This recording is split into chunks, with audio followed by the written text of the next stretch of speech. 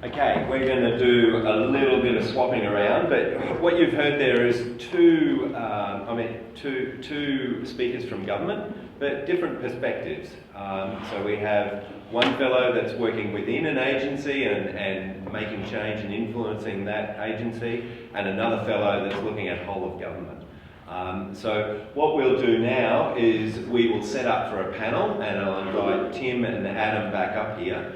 As well as John Davies. Now John is on the board of Lean Construction ANZ, and he also represents the Major Contractors Association of Queensland. So we should get some different views here, and I'm going to invite myself onto there. And then facilitating this will be Alan Patching. Now Alan is from Bond Uni. He's a professor, but he has qualifications in psychology and quantity surveying. So he sounds like, it sounds a little bit evil to me, but Alan will be facilitating this conversation for us. Thanks very much, David. We've only got 20 minutes, so I'll start the clock running now and get going. And I think it's here, and with Queensland having the first university course in Australia accredited by Building Smart Australia, and with Queensland having the first policy that's out in relation to BIM, and with New South Wales and Queensland people represented up here and Victoria, I should ask you, gentlemen, who's actually coming second at the moment in 20 Sorry, just thought. I'll leave that one just stand and hang in the air. Importantly, one of the questions that was raised by Adam, I'd like to just check. In the room, who are the architects, design architects, working not so much in BIM per se, but design architects? That's fascinating. So therefore I leave a question from that. We've got 2 or 3 people, and your emphatic point was the importance, in order to catch up with manufacturing, in terms of productivity, we need to go modularised. And yet in our group here, we've got 2 design architects. How do we cross that gap, that we get beyond people who are interested in the BIM and progression and all the productivity you're talking about, but the design architects necessary to jump, to leap that gap, they're just not represented here?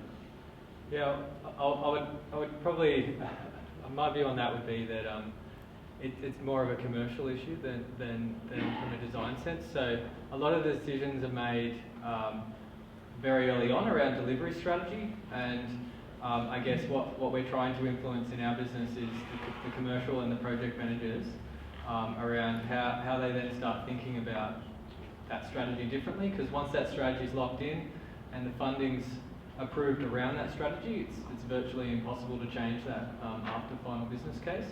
So I guess that would be my first comment. And then in relation to the design side of things, I think it's largely, it needs to be a client-led thing. So the challenge with modular is modular companies need a long pipeline of work for them to invest in their factories, and the only people with long pipelines of work are clients.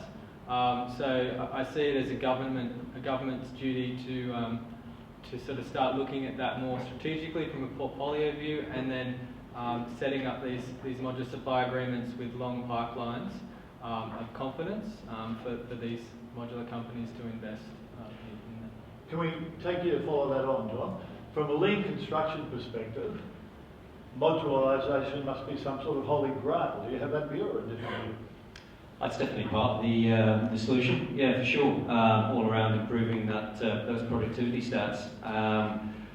But you know, the Queensland government is moving one step ahead again in this area. Sorry to say that, guys. In terms of working on a lean policy, I don't know whether you guys are working on a lean policy as well, but the Queensland government 1 year ago brought out their digital plan, their digital policy, and we're currently wearing my QMCA hat, working with government on a whole of government approach to look at increasing collaboration across the board. But one of those aspects is looking at actually developing a lean policy that potentially could be implemented next year.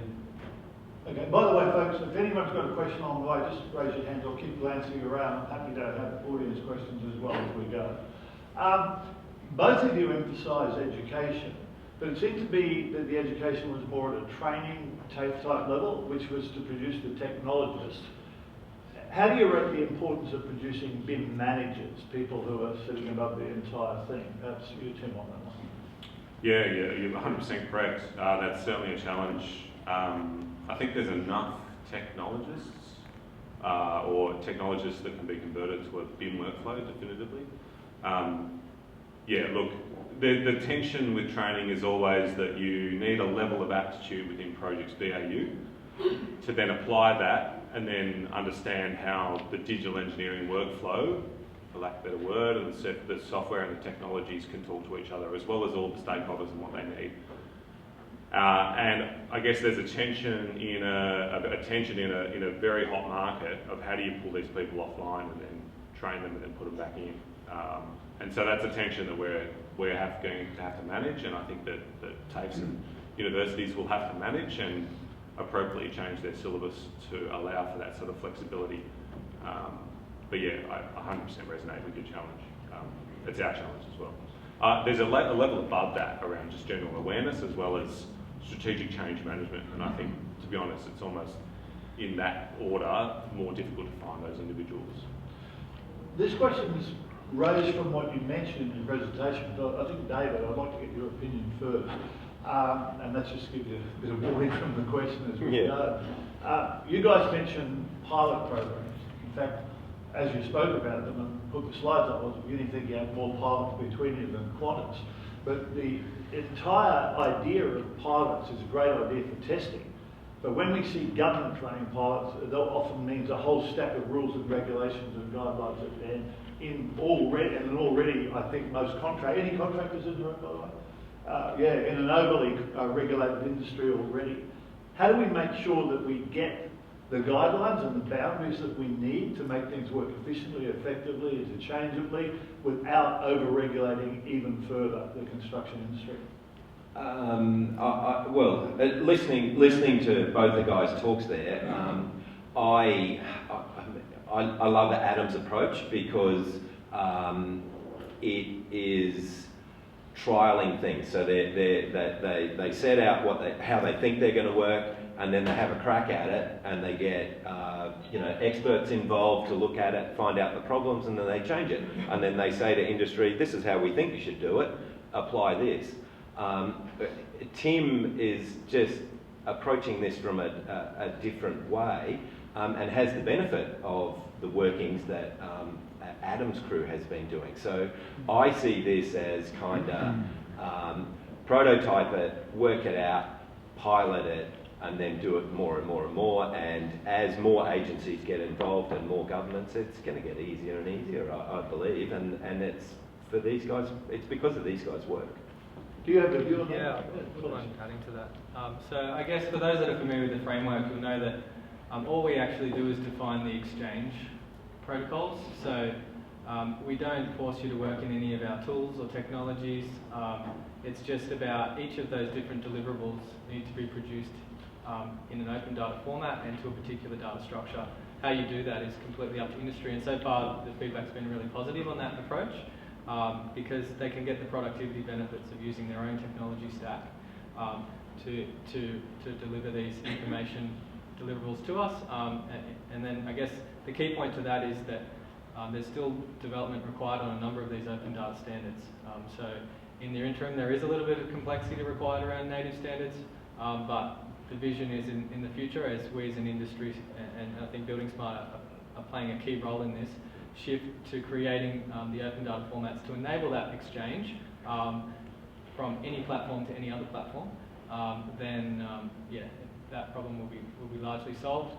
And I guess one quick one, the data structure is critical when you think about it from a smart cities and a smart agency point of view, is if you don't have a consistent data structure, that whole thing doesn't work. So no matter how much industry pushes back on data structures, for that whole ecosystem to work, the only thing we specify is data formats and data structure, and that needs to continue. I like the idea of going to smart states and smart cities mainly because 10 years ago or so, Queensland had on its number plates, Queensland the smart state, and no one else believed it, so I'm glad you're taking it back there.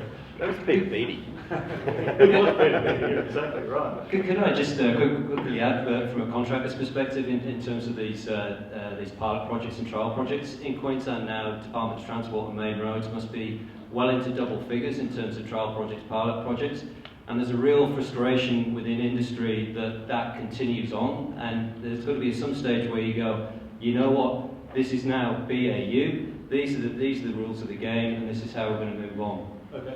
I'm going to get to the audience question just for a minute, but just one thing for clarification. Both Tim and Adam, you mentioned the idea of, I think the expression you used with data governance. Are you talking about in a manner to avoid IP problems, intellectual property right problems, in that regard, or is that something altogether different? I noticed you dodged that. That's good. Victorian government already has a data governance policy, so we're just leaning on that. The policy is very clear that unless there's a really good reason, the IP remains to the state unless otherwise discussed. We don't want to hold the IP, we just want license to it for a period of time or in perpetuity.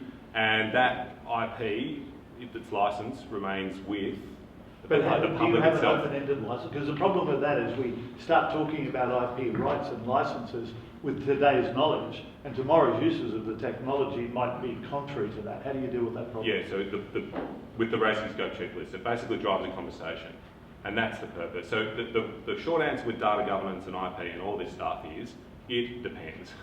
Yeah. But by long and large, it's a conversation. The state doesn't want to own your design for this widget, no way, but we do want license to it for particular reasons, and those conversations we do need to have earlier because And that for has been example- largely missing. Yeah. For example, if a city decided they were going with a GIS map for an entire city, such as Singapore, Gold Coast are doing it, several other cities, they could retrospectively, under your legislation, use the data from bid models, etc., to build that model? Not necessarily, and the reason for that is because the license of data has an intended purpose. Okay. And as long as That's the we're problem, clear, isn't it? well, we've got to be clear about what that intended purpose is, and that conversation should be before contract entry. Yeah. And so, if there are contractors out there who are having these conversations, this should be a healthy conversation to have, not a litigious one. Restrictive one, yeah. But a key thing at the higher level is just finding the data in the first place, isn't it? So some of the governance is about where it is, rather than having What you use it for. Yeah, rather than having to do it again. Yeah. Yep, Yeah. that's correct. Okay, let's go to a couple of questions because we are on strict time. We've got about 8 minutes to go. Questions from the audience. One over here. I'll get my daily exercise. And will you speak into my time? So, David from Spinnaker. Just a quick question for the panel in general. Queensland again, leading the way. In Queensland Health, they've actually introduced a DMS, Digital Maturity Score for hospitals, to try and reach. And what that's doing is it's encouraging hospitals that do not have a lot of digital maturity to actually get their act together and improve their performance and introduce those systems. Do you see a similar type of thing being introduced by all state governments around the same level of performance regarding infrastructure projects? That's an easy one for me. I mentioned it in the presentation. We've got the gap analysis. So yes, not to the granularity of a specific hospital, but it could be applied easily. Yeah, Infrastructure New South Wales are currently doing maturity assessment of all the agencies in New South Wales government. So that's my answer. Yep. Okay, let's take it. If there's, I'll come to one more audience in 1 minute. One of the things that, as a quantity surveyor, not bringing in the psych side, I think I need to check up from the neck up for having done that. But essentially, alliance contracting, to my way of thinking, the way it was done in a lot of places, really was a license to print money for contractors, and frankly was nothing more than cost plus with a different name in some of its uses. Now that might be controversial, others might disagree. But when we look at IPD, Integrated Project Delivery, which some would say is alliance dressed up, and at the last infrastructure summit, we had a man from America saying it's actually built upon alliance contracting. What would your opinion on it be now, given that we're talking collaboration right from the start, all the way through? It's almost like BIM and Lean allow us to make better sense of an IPD way of doing things. So we appreciate your opinion on that, then we'll go to audience questions. Just a quick Yeah, very quick, and I must confess that I'm also a QS as well, so don't strangle me afterwards. I hardly disagree with your point of view on alliance contracting. IPD, I agree though, is essentially alliancing on a new name, and I think that's good because alliancing does have a certain amount of baggage associated with it. I think IPD and collaborative forms of contract are absolutely necessary for proper rollout of BIM and Lean. And from a Queensland perspective, that's another thing that we're talking to government around. QMCA specifically is looking to advocate for the NEC suite of contracts, so it's a more collaborative suite of contracts, not just a cost reimbursable contract, but you can have a more collaborative form of lump sum, more collaborative form of D&C that will facilitate the implementation of BIM and Lean in Queensland. Tim, do you have a view on that from Victoria or Adam? You can do BIM and DE and Lean on any contract, is probably the answer. Specific contracts have benefits in certain circumstances, while some don't. You can succeed on a PPP, you can fail on a PPP. You can succeed on a CO, you can fail on a PPP. On a CO, you can succeed on an alliance, you can fail on an alliance. Yeah. So the short answer is there's no silver bullet in contracting, and it's our view that every single contract can integrate the BIM and DE. I'll just leave my answer there. Okay. Oh yeah. So I guess coming back to some of those 4 core enablers is we as an industry aren't ready, in my opinion, for full collaborative contracting. So I think we've still got a long way to go to standardising data structures and exchange of information to the point where we can then validate those deliverables and make sure that they're 100% confident. We have 100% confidence in those deliverables to then share them with someone else. So that's sort of my position at the moment. I think the legal team in our division are of the same light, which is until we can give them confidence that every single information deliverable is 100% correct, as we can give them confidence that at the moment PDF drawings are correct, they will not be doing collaborative contracting to that level of IP. And therein we define the gap between legal opinion and science. But anyway, I think an entirely legal's right. separate conversation almost, isn't it? So important to the industry. We'll leave that one hang because there's a couple of audience questions I want to go to before we get to morning tea. So I'll just head over here. So my name is Ali from ERC, Sydney. Thanks. So my question is about the presentation which Adam shared. There is no question about the fact that efficiency and productivity is a main principle in our economy, and that's kind of driver to authorize and justify some improvement initiatives. But is there any consensus and agreement about the mathematical equation on how do we measure the productivity? Because I'm personally aware of at least 20-25 different equations which can generate very different and insignificant outcome about the numbers which you have shared in the first slide. Great question, and could you just extend that also, Adam, to you're talking a 10-fold productivity increase to do, as you said, and catch up with manufacturing. Is that really possible? Yeah. Yeah, I think infrastructure is much more complicated in many ways than producing the same item a million times. We have to produce one item that's parts of it will always be bespoke. I think the opportunity is in the parts that can be modularised, and I think we can get significant productivity gains. If you look at residential construction, for example, I think you're already seeing indications in that space of what's possible in infrastructure. And interestingly, all the big housing mobs, they treat it as top of slab, and then what's above the slab when you price a house, if you've ever done that. So I think just taking that concept from a statistical point of view, we've actually got a business analyst in our team at the moment trying to build the case for our phase 2 business case, and I agree with you, it's very difficult to measure productivity benefits, particularly when it's a wholesale change across the project methodology. So we're working through that, and if anyone's got any hard figures on that, we'd welcome it. We're struggling to get real quality data, and that comes back to the root cause of what we're trying to solve, which is if you don't have structured data and you don't have structured benchmarks, it's very, very difficult to compare what was to what could be. So, yeah. Let's just go to one more question from the audience, and I've got a closing question to the group because we do realise we're the curtain raiser for coffee and we don't want to hold you up on that. Any more questions from the audience? Okay, well, David, you might start with this, but if we've got time, we'll go to everybody. We'll go to David and John to start with. If you were sitting in the audience as an audience member at the moment with the intention of asking this panel the most important question of the day, what question would you ask and how would you answer it?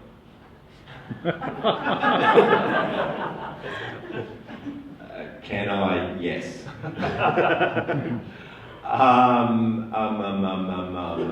Well, I was sitting in the audience and I had a bunch of questions, but you've made me forget them all.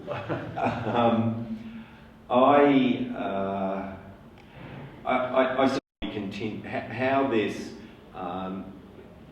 these two pieces of work that are the same but different, how they might progress around the country, and how we start to get consistency. And I'm encouraged by particularly Tim's work with the Board of Treasurers and getting BIM in front of them.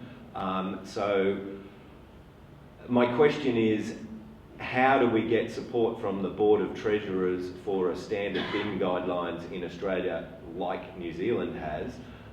And my answer would be next week. Would be good. Yeah. Yeah. Okay. Let's go to John, and I think we've got time for each of the others as well. Thanks, David. You just stole what I was going to come up with there. But I think that's because it's a really believe that? Sure God, we are. No, I think it's a really important question, and I was actually asked a similar question yesterday in terms of risk management, and risk management does touch upon some of the things that we're going to be talking about today, around some sort of how likely is it that as a country we'll get to some sort of common agreement around how risks should be managed on projects. And it got me thinking about, that really is a difficult question. In Queensland, from a BIM perspective, it's not all good news. We're not leading the way in everything. We have a BIM policy, and then rather depressingly, each and every government department comes out with their strategy to roll out, and there's no coordination between each of those different departments. So you go, God, we can't even get that coordinated as a state. I think the real question, it's a very, very good question, is how do we coordinate at state level, but how do we coordinate nationally? I think it's only when we coordinate nationally that we'll really, truly get to see some movement forward in this area. So in a way, tongue-in-cheek, when I asked the question about competition, that in fact is a problem in a sense. Yeah, it is. It is that there is. I mean, competition in some respects is good because it pushes everyone forward. But it may be leading people down different paths that we didn't need to go to. A great example of which, back 4 or 5 years ago, we had the big CSG boom in Queensland, and you had 4 different proponents, and competition led to a situation where they built 3 different gas plants at Gladstone. They built 3 different pipelines going to Gladstone, all from the same place. We could have saved a whole bunch of money as an industry and as gas payers if they'd all worked together, and I think the same is true with both BIM and LIM.